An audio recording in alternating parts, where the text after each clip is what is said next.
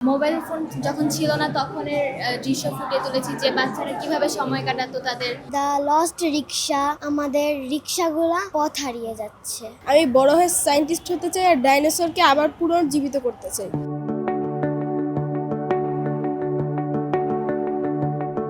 এটা আসলে এখন আর ওদের সুযোগ নেই, এখন এটা আর কেউ করে না, বাট এটাই বেশি সুন্দর যে এখানে সময়গুলো আরো বেশি ভালো ছিল। হ্যাঁ, তখন ওরা ফ্রেন্ডদের সাথে খেলতো, তখন এটা বেশি ভালো ছিল। একটা ড্রয়িং শেষ করলে অনেক ভালো লাগে, যখন একটা ড্রয়িং পুরোপুরি শেষ করতে পারি তখন অনেক ভালো লাগে, কারণ একটা ড্রয়িং এর পিছে অনেক টাইম দিতে হয়, অনেক কষ্ট করতে হয়, বাট যখন এটা শেষ করতে পারি তখন এটা খুব ভালো লাগে। অনেক ড্রয়িং, বেশিরভাগ ড্রয়িং এ মাঝপথে গিয়ে একটু নষ্ট হয়ে গেলে মনটা খারাপ হয়ে যায়, তখন আর করতে ইচ্ছে করে না, কিন্তু যখন এটা ড্রয়িং শেষ হয় তখন খুব ভালো লাগে যে এটা শেষ হয়েছে। আসসালামু আলাইকুম। আমি আজকে এক্সিবিশনে এঁকেছিলাম দ্য লস্ট রিক্সা। যে রিক্সাটা আঁকার সময় একটু কঠিন ছিল, মানে আমাদের যে মানে এই পিকচারটার মিনিং হলো গিয়ে আমি যে রিক্সাটা এঁকেছি এই বড় রাস্তার জন্য, বড় রাস্তা দিয়ে তৈরি হচ্ছে, আমাদের রিক্সাগুলা পথ হারিয়ে যাচ্ছে।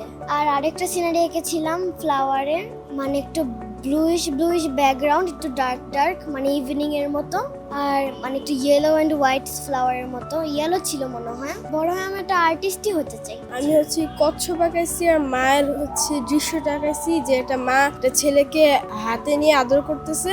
এখন এটা আমার প্রীতি মিস আমাকে শিখাই দিছে। মিস না থাকলে আমি হয়তো এত কিছু শিখতে পারতাম না। কচ্ছপের বাচ্চাগুলোকে আলাদা টাইপের যে শেপ দিতে, সেটা আমার জন্য সবচেয়ে বড় চ্যালেঞ্জ ছিল, আর মিস আমাকে ওয়াটার কালার একটু হেল্প করেছে। আমি বড় হয়ে সায়েন্টিস্ট হতে চাই আর ডাইনোসরকে আবার পুনর্জীবিত করতে চাই। যদি এটা সম্ভব হয় তাহলে এটা আমি অবশ্যই করব। আমি একটি ছবি এঁকেছি যেটিতে অনেক প্রজাপতি কচ্ছপেরা খুশি হয়েছিল। এটি আমি আমার শিক্ষক এবং আমার মায়ের থেকে অনুপ্রেরণা পেয়েছি। আমি বড় হয়ে একজন গায়ক হতে চাই। আমি গ্রীষ্মকালের ছুটিতে গ্রামে গিয়েছিলাম, তখন আমার গ্রাম অনেক ভালো লেগেছে। এই হিসেবে আমি গ্রামের দৃশ্য আঁকিয়েছি আর নদীর দৃশ্য আঁকিয়েছি। আমি গ্রামের নিস্তব্ধ জনপদ দুপুরে সেটাও ফুটিয়ে তোলার চেষ্টা করেছি। মানুষের ভাবভঙ্গিমা, মানুষ কিভাবে নিজের আবেগ প্রকাশ করে সেটা। আমি এটা প্রতি বছরই করি। এটা Bangladesh fine arts and cultural academy থেকে আয়োজন করা হয়। আর এই প্রোগ্রামটা 6ষ্ঠতম প্রোগ্রাম। মানে ছবি আঁকা যে শুধু মনের খোরাক মেটে তা না, এটা ভালোবাসা থেকেও কিন্তু ছবি আঁকাটা হয়। আর আমাদের আজকের প্রোগ্রামটা এখানে 55 জন বাংলাদেশ থেকে জয়েন করেছে, তো তাদের আঁকা ছবি নিয়ে আজকের এই চিত্র প্রদর্শনী হচ্ছে।